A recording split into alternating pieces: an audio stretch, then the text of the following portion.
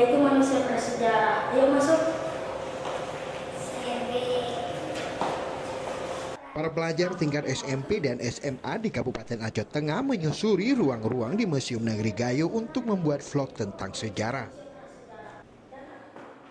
Kegiatan ini merupakan cara pengelola museum untuk mengajak generasi muda agar lebih tertarik belajar sejarah.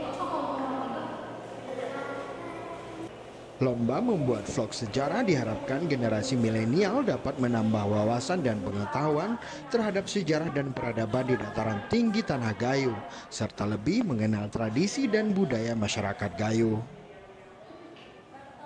Museum adalah sarana tempat belajar bersama bagi siswa-siswi yang tentunya sangat membutuhkan ilmu-ilmu pengetahuan tentang sejarah, kebudayaan, serta bagaimana penghidupan masyarakat Gayo yang sebelumnya.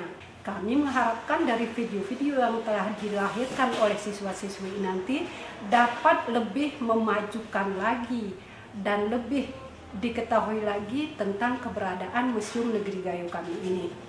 Para pelajar antusias mengikuti vlog sejarah.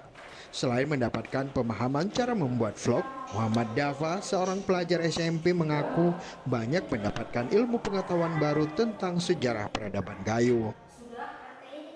Setelah mengikuti vlog ini, saya baru tahu tentang manusia prasejarah yang ditemukan 8.400 tahun yang lalu. Dan saya juga mengetahui tentang budaya-budaya yang ada di Gayo.